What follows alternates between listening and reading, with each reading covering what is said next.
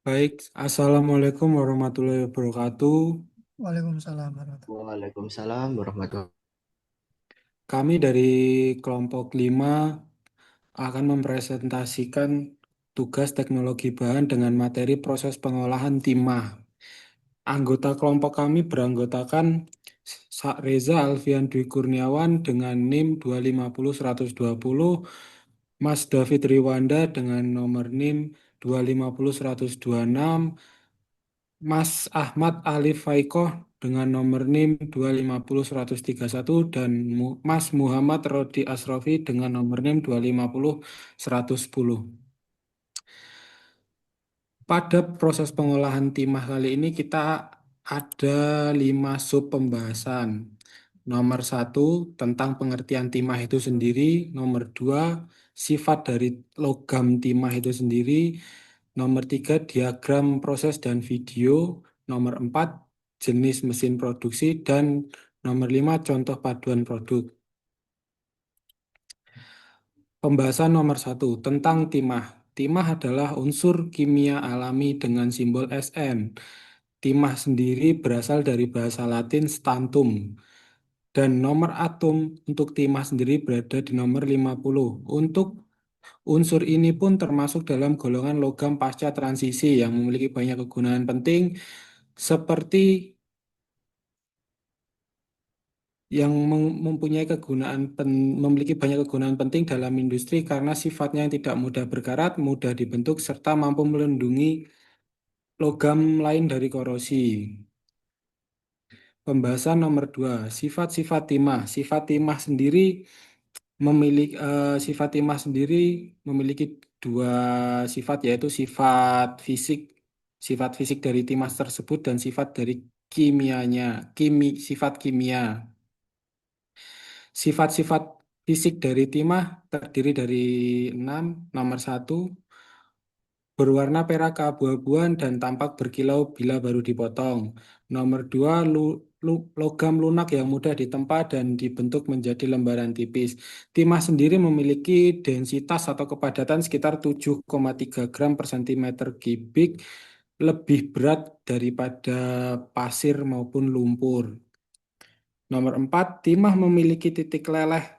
Titik leleh di 232 derajat Celcius relatif rendah dibanding logam lain. Dan timah memiliki titik didih di angka 2600 derajat Celcius. Dan timah ini termasuk konduktor yang baik meskipun tidak sebaik tembaga atau perak. Berikut untuk sifat-sifat kimia timah.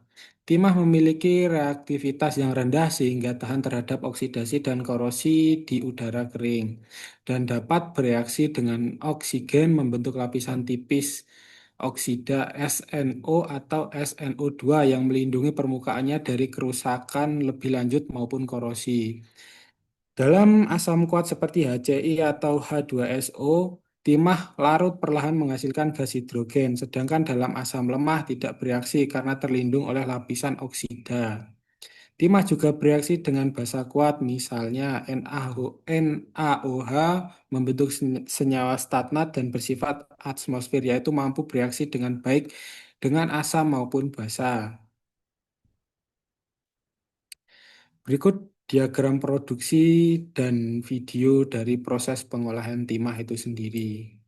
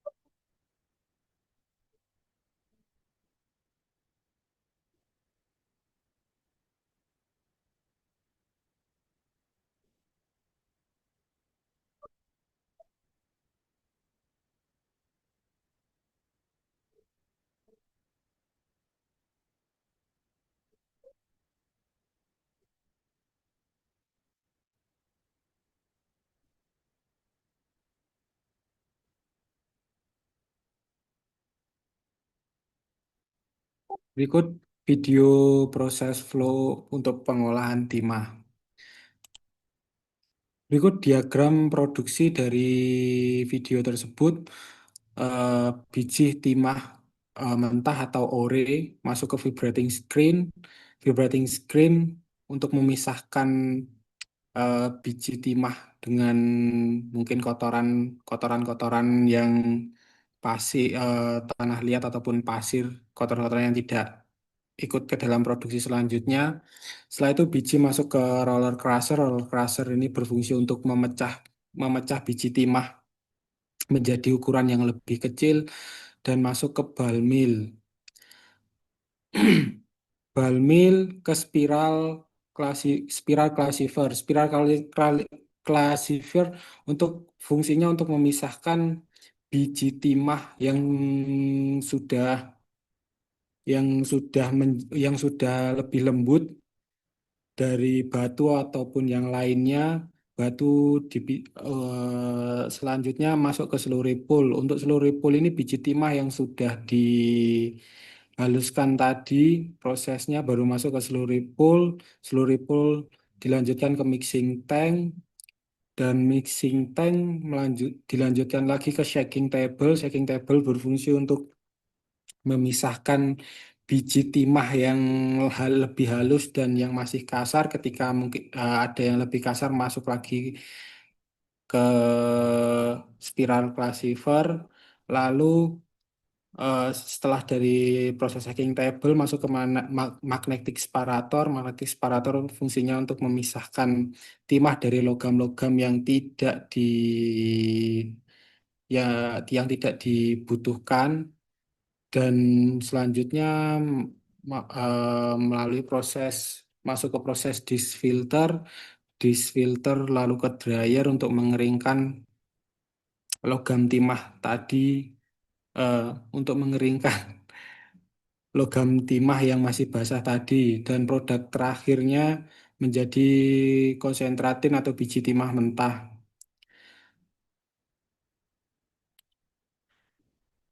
Untuk materi keempat ini mungkin bisa dilanjutkan oleh Pak David Riswanda. Monggo Pak David. Baik, terima kasih Mas Rizal Fian. Mohon dibantu untuk screen-nya. Baiklah, kita sudah masuk dalam topik pembahasan yang nomor 4 tentang jenis mesin produksi yang dipakai dalam proses pengolahan timah ini sampai menjadi biji timah. Eh, Mesin yang pertama eh, yang digunakan adalah vibrating screen. Jadi vibrating screen ini berfungsi dalam pemurnian timah adalah untuk digunakan sebagai alat pemisah biji timah dari mineral-mineral yang masih kotor karena masih bercampur dari ore. Kemudian akan dipisahkan berdasarkan ukuran partikelnya. Kemudian mesin yang kedua yang dipakai adalah roller crusher. Sama seperti dengan namanya crusher, jadi dia pemecah dari ukuran yang dari besar-besar dipecah menjadi yang lebih kecil. Dan kemudian mesin yang ketiga eh, selanjutnya Mas adalah ball mill. Ball mill ini memiliki peran penting dalam tahap penghalusan biji timah. Timah yang tadi sudah halus pada proses oleh mesin crusher akan dilanjutkan ke ball mill eh, agar biji timahnya lebih halus. Kemudian eh, ini bukan merupakan pemurnian akhir karena masih ada proses selanjutnya adalah menggunakan mesin spiral classifier. Mesin spiral classifier ini adalah alat yang digunakan untuk dalam proses pemurnian biji timah untuk mengklasifikasikan atau memisahkan partikel berdasarkan ukurannya. Kemudian masuk ke mesin yang kelima adalah slurry pool. Slurry pool ini sesuai dengan namanya pool, dia adalah kolam. Jadi dalam pemurnian timah ini merujuk pada kolam atau tangki.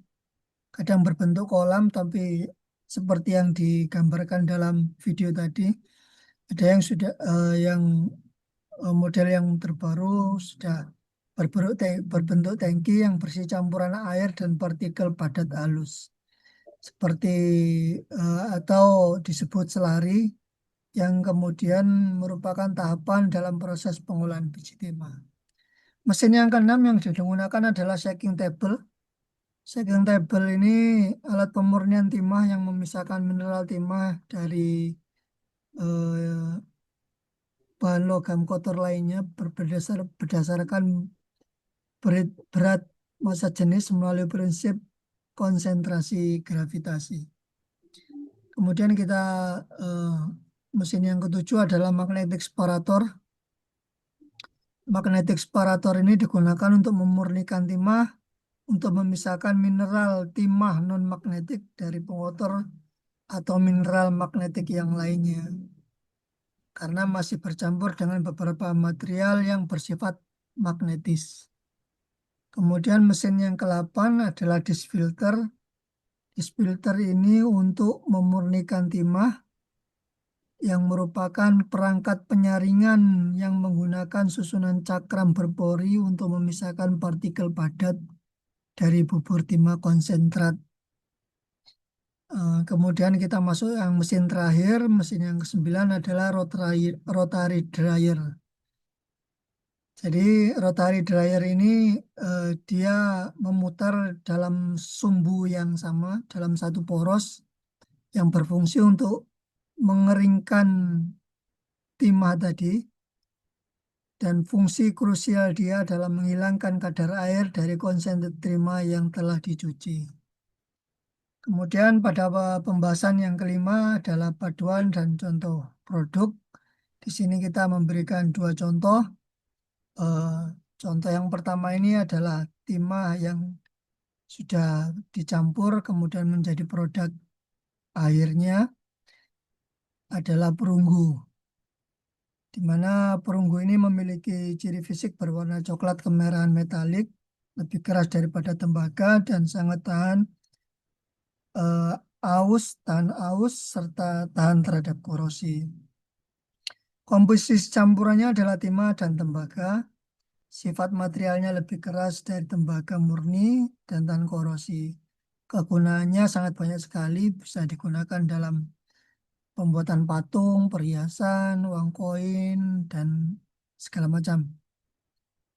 Atau buat medali juga bisa. Kemudian yang kedua, eh, untuk ya adalah timah solder yang biasa digunakan untuk menggabungkan dalam rumah tangga. Biasa kita pakai untuk menggabungkan sambungan kabel biar lebih rapi dan lebih kuat.